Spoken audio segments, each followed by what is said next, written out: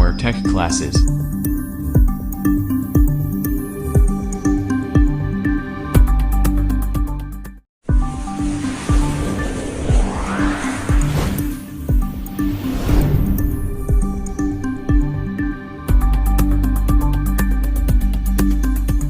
चलो बच्चों, सीआरओ से आवृत्ति मेजरमेंट कैसे करेंगे।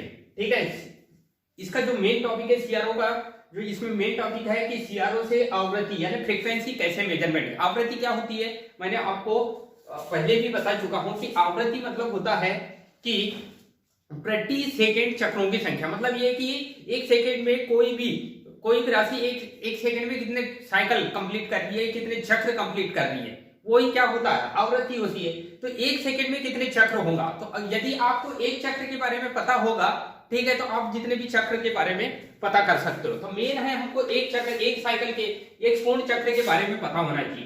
तो सबसे पहले क्या करेंगे हम कि आवृत्ति मतलब आपको पता होगा कि आवृत्ति चक्रों की संख्या होती है। ठीक है, फ्रीक्वेंसी मतलब ये कि पहले जो ये फ्रीक्वेंसी मेजरमेंट करना है तो उसके लिए क्या करना पड़ेगा कि हमको जो भी है इसमें टाइम पर डिवीजन स्विच का यूज करना होगा। कौन से स्विच का यूज करना होगा,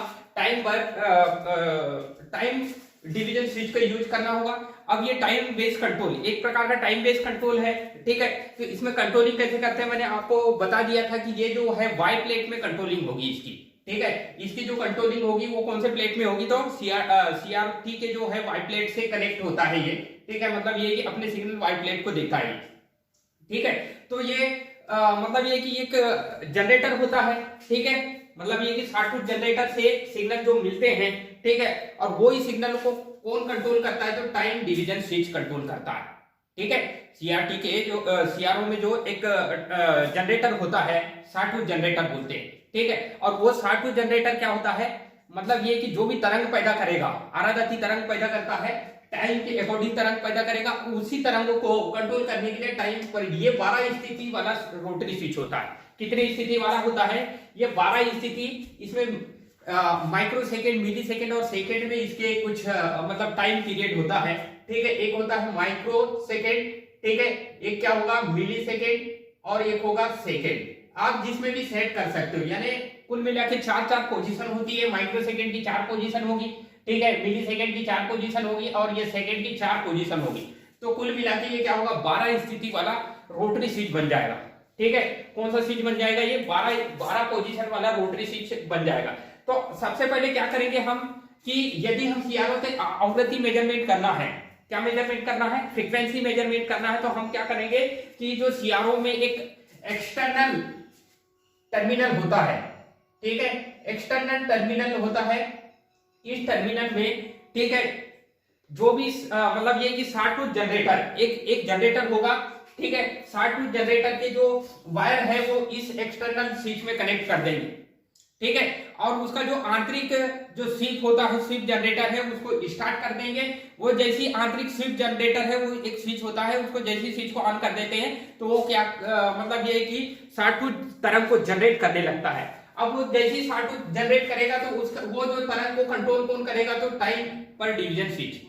कौन सी स्विच कंट्रोल करेगा, टाइम पर डिवीजन। ठीक है, तो सबसे पहले हमने क्या करिए कि एसी पे कंट्रोल करें। यहाँ पे सबसे पहले एसी को सेट करना है। मतलब ये कि 3 स्थिति वाला ये जो स्लाइड स्विच है, इसकी एसी की पोजीशन, क्योंकि आवृत्ति एसी में होती है और उसी एसी मतलब ये कि एसी करंट की जो भी करंट हो या वोल्टेज हो, ठीक है, उसकी जो आवृत्ति मेजरमेंट करना हो तो हमको क्या करना पड़ेगा कि एसी पे सिलेक्ट कर देंगे।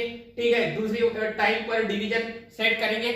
और जब हम टाइम पर डिवीजन सेट करेंगे, और तीसरी जो कंडीशन है, हमको 3 चीज पता होना चाहिए इसमें, एसी सिलेक्ट करना है, टाइम पर डिवीजन सिलेक्ट करना है, और जो है जैसे हमने ये दोनों चीज सिलेक्ट कर दिए उसके बाद ये जो है पूर्ण तरंग, देखो ये पूर्ण तरंग 2 प्रकार की मतलब ये आधा चक्र, पॉजिटिव का आधा चक्र, नेगेटिव का जो आधा चक्र, ये दोनों चक्र मिला के क्या होता है, पूर्ण चक्र का निर्माण होता है।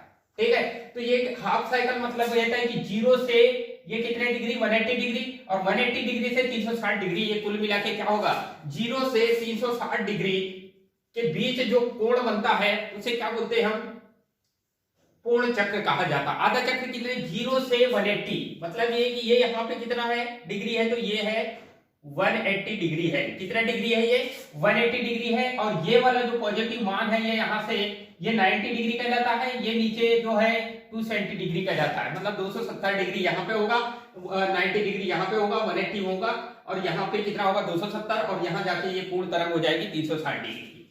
ठीक है, तो ये पूर्ण तरंग की लंबाई कौन सी अक्ष में मेजर करना है? तो एक्स अक्ष का यूज करना है। यहाँ पे कौन सी अक्ष का यूज करना है? यहाँ पे एक्स अक्ष का यूज करना है। इसी एक्स अक्ष में ये पूरे चक्र की जो है पूरी लेंथ है सेंटीमीटर में मेजरमेंट कर लेंगे। ठीक है, और उस इस लेंथ का, ठीक है, मल्टीप्लाई क्या है? टाइम पर डिवीजन से, मतलब जो भी उसकी वैल्यू रहेगी उससे मल्टीप्लाई कर देंगे तो क्या हो जाएगा? सबसे पहले तो ये अब यहां से यहां तक की डिस्टेंस, ठीक है, ये पूर्ण चक्र की लेंथ मेजरमेंट कर रहे हो आप, तो ये कुल मिला के यही तो टाइम पीरियड कहलाता है, आवर्त काल। सबसे पहले क्या होगा? आवृत्ति निकालने के लिए आपको चाहिए क्या? टाइम चाहिए। क्या चाहिए? टाइम चाहिए। और वो टाइम कौन देगा? तो टाइम पर डिवीजन की आप, मतलब ये कि उसकी जो स्विचिंग हो रही है, तरंग की स्विचिंग पॉजिटिव में कितनी जा रही है, नेगेटिव में कितनी जा रही है, फिर पॉजिटिव में कितनी जा रही है, तो वो जो स्विचिंग हो रही है, ठीक है, वो मतलब ये किस दर से हो रही है, उसका रेट क्या है या उसका टाइम क्या है, तो मेन है टाइम पता होना चाहिए। ठीक है, तो चलो स्टार्ट करते हैं कि मेजरमेंट कैसे करेंगे। तो सबसे पहले क्या करेंगे हम? एसी स्लाइड स्विच को सिलेक्ट करना है। AC slide switch select. ठीक है, फिर दूसरा जो इसका पॉइंट है, एसी स्लाइड स्विच को हमने क्या कर दिए? सिलेक्ट कर दिए। ठीक है, मतलब सिलेक्ट करना मतलब चयन करें, मतलब ये स्लाइड स्विच का जो एसी का पॉइंट में चयन कर दिए। फिर उसके बाद दूसरा जो है मतलब एक्सटर्नल, ठीक है, एक्सटर्नल जो मतलब उसका एक पॉइंट बना हुआ रहता है, तो उस पॉइंट में एक्सटर्नल इनपुट देना है। वहां पे क्या करना है? एक्सटर्नल इनपुट आप दे सकते हो। ठीक है, जो भी सिग्नल का जो भी आवृत्ति मेजरमेंट करना है, जिसकी भी आवृत्ति मेजर करना है, तो एक्सटर्नल में वहां पे हम इनपुट दे सकते हैं। ठीक है, तीसरा जो पॉइंट होता है इसका कि वोल्ट पर डिवीजन सेट करना है। क्या सेट करना है? नहीं, इसका जो साटूथ जनरेटर का जो स्विच है उसको ऑन कर देना है। कौन सा स्विच को? साटूथ जनरेटर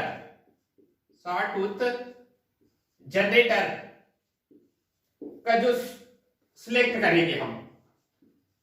ठीक है, साटूथ जनरेटर का एक स्विच होती है, उसको हमने क्या कर दिए? सिलेक्ट कर दिए, मतलब ऑन कर दिए। फिर चौथा जो पॉइंट होता है इसका कि वोल्ट पर डिवीजन सेट करना है, टाइम पर डिवीजन सेट करना है। इसका टाइम पर डिवीजन को सिलेक्ट करना है। ठीक है, ये इतने काम सबसे पहले क्या कर लेना है हमको, मतलब ये कि ये सारी चीजें का मतलब सिलेक्ट कर सकते हैं सबसे पहले, जो भी चीज मेजरमेंट करना है। अब यहाँ पे सबसे पहले बात ये आती है कि आवृत्ति मेजरमेंट करना है, तो आवृत्ति का संबंध किससे होता है? आवर्तकाल से होता है। किससे होता है? आवर्तकाल। आवर्तकाल मैंने आपको बताया था कि कोई भी एक चक्र पूरा करने में जितना समय लगता है, मतलब कोई भी राशि को, कोई भी क्वांटिटी को एक चक्र पूरा करने में जितना समय लगता है, मतलब ये है कि कोई भी वोल्टेज हो, धारा भी हो सकता है, कोई भी राशि हो सकती है, तो उसको एक चक्र पूरा कंप्लीट करने के लिए जितना जो टाइम लगता है उसे टाइम पीरियड कहा जाता है। ठीक है, उसे आवर्तकाल या टाइम पीरियड कहा जाता है। तो यही आवर्तकाल है, एक चक्र पूरा करने में लगा गया समय। ठीक है, जितना भी समय लग जाए, 10 सेकंड, 20 सेकंड, मिली सेकंड, माइक्रो सेकंड, जो भी है। ठीक है, तो ये चीज हम देख रहे हैं। तो ये इतने हमको ये बातें पता होना चाहिए, ये सिलेक्ट कर लिए हमने। अब उसके बाद इसका जो पहला पॉइंट है कि आवर्तकाल ज्ञात करना। ठीक है, आवर्तकाल सबसे पहले क्या करेंगे? आवर्तकाल T इज इक्वल टू, ठीक है, इसका फार्मूला पता होना चाहिए। फिर उसके बाद आवृत्ति निकलेगा, इसकी वैल्यू वहां रखेंगे। तो आवर्तकाल पता करने के लिए हमको सबसे पहले ये क्या हुआ? टाइम पर डिवीजन को सेट करेंगे। ठीक है, फार्मूला क्या बनेगा? टाइम पर डिवीजन, ठीक है, का मल्टीप्लाई एक्स अक्ष में। ठीक है, ये यहां से तरंग स्टार्ट हो रही है, जहां से स्टार्ट हो रही है और कहां से खत्म हो रही है। ठीक है, तो ये उसका जहां से स्टार्ट होगी और जहां पे खत्म होगी जो तरंग, उसको बोलेंगे पूर्ण चक्र बोला जाएगा। क्या बोला जाएगा? 0 से स्टार्ट होगी और 360 में खत्म होगी, तो ये वो होगा पूरा चक्र, एसी का पूरा चक्र। तो ये किस में? एक्स अक्ष में। ठीक है, तो एक्स जो एक्स है, एक्स अक्ष में एसी तरंग के पूर्ण चक्र की लंबाई, पूर्ण चक्र की लंबाई, ठीक है, ये चीज पता होना चाहिए। ये इसका फार्मूला बना, आवर्तकाल का जो यहाँ पे आवर्तकाल निकालने का ये फार्मूला बन गया। इसी फार्मूले की मदद से हम आवृत्ति भी मेजरमेंट कर लेंगे और आवर्तकाल भी मेजरमेंट कर लेंगे। आवर्तकाल बराबर होता है यहाँ पे क्या होगा, टाइम पर डिवीजन इनटू एक्स अक्ष में एसी तरंग के पूर्ण चक्र की लंबाई, लेंथ सेंटीमीटर में मेजरमेंट करना है। ये लेंथ किस में होगी, तो ये सेंटीमीटर में होगी, ठीक है, लेंथ जो होगी वो सेंटीमीटर में मेजरमेंट करना है, ठीक है। चलो एग्जांपल करते हैं कि यदि मान लो मैंने इसको 2 मिली सेकेंड, ठीक है, कितना मिली सेकेंड रखा हुआ, इसकी जो पोजीशन है टाइम पर डिवीजन, एक एग्जांपल करते हैं कि टाइम पर डिवीजन, एक एग्जांपल टाइम पर डिवीजन टी मेजरमेंट करना है ना, तो टाइम पर डिवीजन का मान रखे 2 मिली सेकेंड, ठीक है, 2 मिली सेकेंड इंटू एक्स अक्ष में पूर्ण तरंग की जो लंबाई है, ठीक है। अब देखो यहां से कितनी लंबाई आगे जा रही है, तो 1 2 3 और ये 4, कुल मिला के 4 सेंटीमीटर हो गया। कितना सेंटीमीटर हो गया, ये 4 सेंटीमीटर, ये इसकी एसी के पूर्ण तरंग की लंबाई हो गई। तो कुल मिला के कितना टाइम पीरियड, कितना मिली सेकेंड हो गया, टाइम पीरियड टी बराबर 4 दूनी 8 मिली सेकेंड, ये इसका टाइम पीरियड हो गया। या इसको क्या लिख सकते हैं हम, 8 गुणा 10 पे -3 सेकेंड, ठीक है, ऐसा लिख सकते हैं। मिली सेकेंड को सेकेंड में कन्वर्ट, मतलब ये मिली सेकेंड को ये लिखने का जो फंक्शन होता है वो मिली सेकेंड का मतलब होता है 10 पे -3, ठीक है, ये पूरी वैल्यू हो जाती है। या मिली सेकेंड भी लिख सकते हो, तो ये भी लिख सकते हो। तो कुल मिला के हमको क्या पता हो गया, टाइम पीरियड पता हो गया, ठीक है। अब इसी टाइम पीरियड के माध्यम से हम क्या करेंगे, आवृत्ति। तो F बराबर आवृत्ति होता है F बराबर 1/T, ठीक है, आवर्तकाल F बराबर क्या होता है 1/T। अब ये 1/T होता है, ठीक है, तो T की वैल्यू हमको पता होगा, ये F की वैल्यू पता हो जाएगी, तो 1/ क्या होगा, ये 8 मिली सेकेंड, ठीक है, इज इक्वल टू, ये मिली सेकेंड का मान मैंने आपको बताया 1/, कितना ये कन्वर्ट कर दिया मैंने 8 मल्टीप्लाई बाई,